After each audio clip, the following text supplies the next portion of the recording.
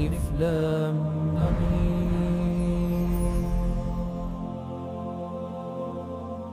আপনি কি জানেন সূরা আলে ইমরান রোজ কিয়ামতের দিন আপনার জন্য সুপারিশ করবে? কুরআন শরীফের তৃতীয় সূরা আল ইমরান। এটা কিন্তু শুধু কিছু আয়াতের সমষ্টি না, এটা হলো জীবনের কঠিনতম মুহূর্তে পথ দেখানোর একটা আলো। আচ্ছা, কেন রাসূলুল্লাহ সাল্লাল্লাহু আলাইহি ওয়াসাল্লাম বিপদের সময় এই সূরাটা পড়তে বলতেন? কারণ এর প্রত্যেকটা শব্দে লুকিয়ে আছে ঈমানের শক্তি আর দুনিয়া ও আখেরাতে সফল হওয়ার চাবিকাঠি। চলুন আজ আমরা সেই গভীর জ্ঞানের সাগরেই ডুব দিই। এই উপমাটা একবার ভাবুন তো, কী যে শক্তিশালী! কিয়ামতের সেই ভয়ঙ্কর দিনে যখন মাথার উপর গনগনে সূর্য আর সবাই দিশেহারা, ঠিক তখন এই সূরা দুটি মেঘের মতো এসে তার পাঠকারীকে ছায়া দেবে। এটা শুধু একটা সূরা না, এটা একটা ঐশী সুরক্ষা আর সান্ত্বনা। আল ইমরান এর সহজ অর্থ হল ইমরানের পরিবার। এই সূরাটার নামই রাখা হয়েছে এমন একটা আদর্শ পরিবারের নামে যেখানে ছিলেন আল্লাহর একনিষ্ঠ বান্দা ইমরান, তার স্ত্রী, তাদের মেয়ে মারিয়াম আলাইহাসসালাম এবং মারিয়ামের ছেলে ঈসা আলাইহিসালাম। তাদের ঈমান, ইবাদত আর তাকওয়া ছিল এক কথায় অসাধারণ এক দৃষ্টান্ত। চলুন এবার সূরার মূল বার্তার গভীরে প্রবেশ করা যাক। এর আসল উদ্দেশ্য শুধু আমাদের বিশ্বাসকে শক্তিশালী করা নয়, বরং জীবনের সব চ্যালেঞ্জের মুখে কিভাবে সত্যের পথে একদম সোজা হয়ে দাঁড়িয়ে থাকতে হয় সেই পথটা দেখানো। দেখুন, সূরা আল ইমরান আমাদের কয়েকটা মৌলিক বিষয় শেখায়, যেমন কিভাবে ঈমানকে আরও মজবুত করা যায়, সত্যের পথে ফিরমে থাকা যায়, আর শত্রুদের ষড়যন্ত্রগুলো বোঝা যায়। আর সবচেয়ে জরুরি যে দুটো জিনিস, তা হলো ধৈর্য আর আল্লাহর উপর ভরসা রাখা, আর সাথে সাথে দুনিয়ার লোভনীয় জিনিসগুলো থেকে নিজেকে বাঁচিয়ে রাখা। এখন প্রশ্ন হল, ইমরানের পরিবারকে কেন একটা আদর্শ মডেল বলা হচ্ছে? কারণ হল ঈমান, এবাদাত আর আল্লাহ ভীরুতায় তারা ছিলেন সেরা। এই সূরাটা তাদের জীবনের গল্পের মাধ্যমে আমাদের শেখায় তাকওয়া কী, ধৈর্য কাকে বলে, আর কিভাবে নিজেদের সন্তানদের জন্য দোয়া করতে হয়। এই সূরার একটা বিরাট অংশ জুড়ে আছে ইসলামের ইতিহাসের এক অত্যন্ত গুরুত্বপূর্ণ ঘটনা, উহুদের যুদ্ধ। এটা কিন্তু শুধু একটা যুদ্ধ ছিল না, বরং এটা ছিল একেবারে প্রথম দিকের মুসলিমদের জন্য একটা কঠিন পরীক্ষা আর অনেক বড় একটা শিক্ষার জায়গা। উহুদের ঘটনাটা অনেকটা নাটকের মতো।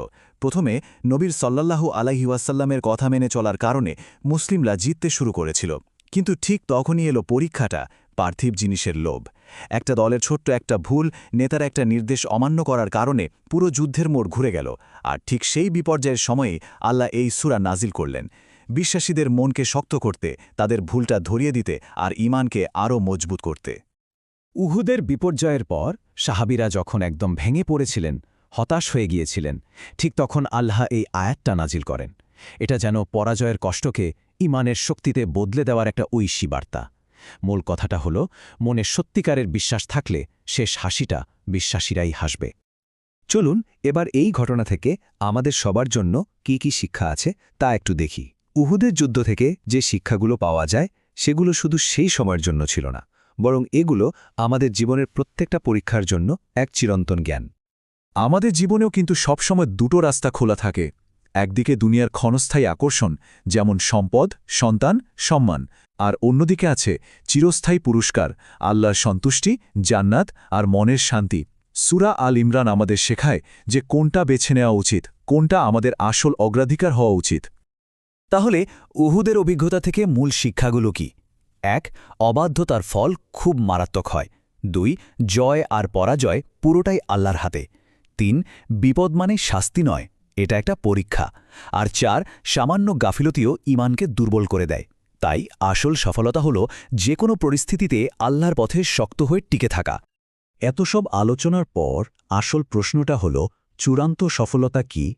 এই সূরা আমাদের সেই সফলতার জন্য কি পথ দেখায়? চলুন এবার আমরা দুনিয়া আর আখেরাতে এর বাস্তব উপকারিতাগুলো নিয়ে কথা বলি। এই সূরা পাঠ করলে যে শুধু আখেরাতে লাভ হবে তা কিন্তু না, আমাদের প্রতিদিনের জীবনেও এর অনেক উপকারিতা আছে। এটা মনে একটা অদ্ভুত শান্তি এনে দেয়, খারাপ জিনিস থেকে রক্ষা করে আর যে কোনো সিদ্ধান্ত নিতে সাহায্য করে। শুধু তাই নয়, এটা ঘরে বরকত নিয়ে আসে আর আমাদের ভেতর থেকে আধ্যাত্মিক শক্তি যোগায়। তবে সবচেয়ে বড় যে পুরস্কারটা, সেটা তো অপেক্ষা করছে পরকালে। সেই কঠিন বিচার দিবসে এই সূরা তার পাঠকারীর জন্য সুপারিশ করবে, একটা ছায়ার মতো হয়ে তাকে সুরক্ষা দেবে। এটা নেক আমলের পাল্লাকে ভারী করবে আর জান্নাতে মর্যাদা বাড়িয়ে দেবে। এই সূরার ভেতরেই আল্লাহ আমাদের খুব সুন্দর কিছু দোয়া শিখিয়ে দিয়েছেন। এটা সেরকমই একটা দোয়া। এখানে ক্ষমা, আল্লাহর পথে টিকে থাকার শক্তি আর শত্রুদের বিরুদ্ধে সাহায্য চাওয়া হচ্ছে। এই দোয়াটা আমাদের শেখায় কতটা বিনয়ের সাথে আল্লাহর কাছে চাইতে হয়। সবশেষে একটা প্রশ্ন নিজেদেরকে করার মতো। উহুদের যুদ্ধ ছিল সাহাবীদের জন্য একটা পরীক্ষা। আমাদের নিজেদের জীবনেও তো এমন অনেক পরীক্ষা আসে, তাই না? আমাদের ব্যক্তিগত চ্যালেঞ্জ, আমাদের ভুল, আমাদের ঘুরে দাঁড়ানোর সুযোগগুলো কি? এক কথায় বলতে গেলে আমাদের জীবনের উহুদ কোনটা?